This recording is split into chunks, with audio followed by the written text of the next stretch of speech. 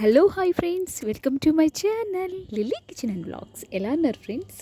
Today నేను మీకు ఒక రెసిపీ చూపించబోతున్నాను. అదేనండి, ఇంకా స్కూల్స్ ఓపెన్ అయినాయి కదా, ఇంకా బిజీ ఉంటుంది కదా ఇంట్లో.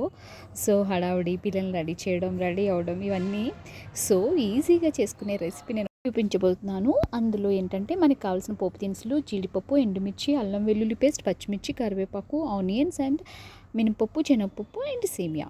అవన్నీ పక్కన పెట్టుకున్నాక మన స్టవ్ మీద గిన్నె పెట్టుకుని వాటర్ పోసుకొని, వాటర్ కొంచెం మరిగాక అందులో కొంచెం సాల్ట్ యాడ్ చేసుకుని మనం తీసుకున్న సేమియాలని యాడ్ చేయవలసి ఉంటుంది. సో సేమియాలు అక్కడ యాడ్ చేశాక కొంచెం లైట్గా అవి ఉడికినవి, అంటే కొంచెం బాయిల్ అయినవి అనగా మనం స్టవ్ ఆఫ్ చేసేసి అది ఒక జల్లెల్లో వాటర్ అంతా వంపేసుకుని పక్కన పెట్టుకోవాలి. ఎందుకంటే అది మనకి పొడి పొడిగా ఉండాలి కాబట్టి. సో ఇక్కడ నేను కొంచెం సేమియా అనేది బాయిల్ అయింది, సరిపోతుంది అలాగా. సో ఇప్పుడు పక్కన పెట్టేసుకునేది వాటర్ వంపేసుకుని స్టవ్ మీద కడాయి పెట్టుకుని అందులో ఆయిల్ పోసుకొని ఏంటంటే ఇందులో మనం ఆనియన్స్, మనం తీసుకున్న పోపు దినుసులన్నిటిలో ఒకటిగా యాడ్ చేయాలన్నమాట.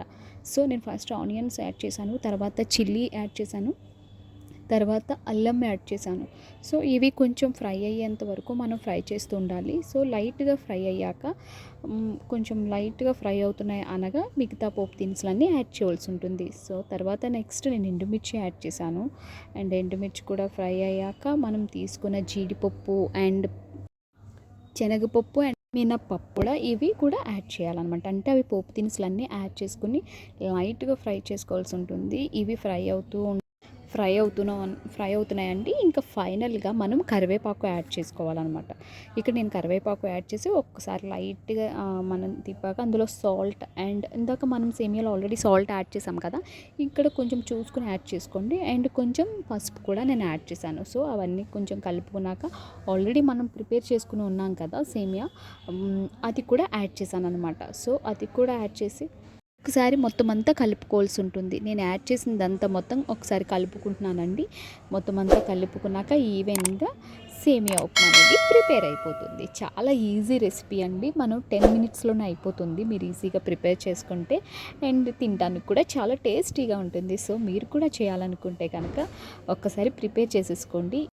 నా వీడియో కనుక మీకు నచ్చినట్లయితే లైక్ చేసి, షేర్ చేసి, సబ్స్క్రైబ్ చేయండి. అండ్ పక్కనే బెల్ ఐకాన్ ఉంటుంది, దాన్ని ట్యాప్ చేయడం మాత్రం మర్చిపోకండి. అది ట్యాప్ చేస్తే కనుక ఫర్దర్ నోటిఫికేషన్స్ అన్నీ మీకు వచ్చేస్తాయి. అలాగే లైక్ చేయడం అస్సలు మర్చిపోకండి. సేమియా ఉప్మా అనేది ఫైనల్గా ఇలా ప్రిపేర్ అయిపోయింది.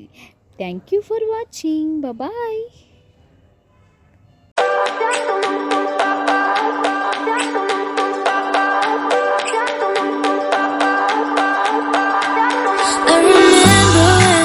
Staring photos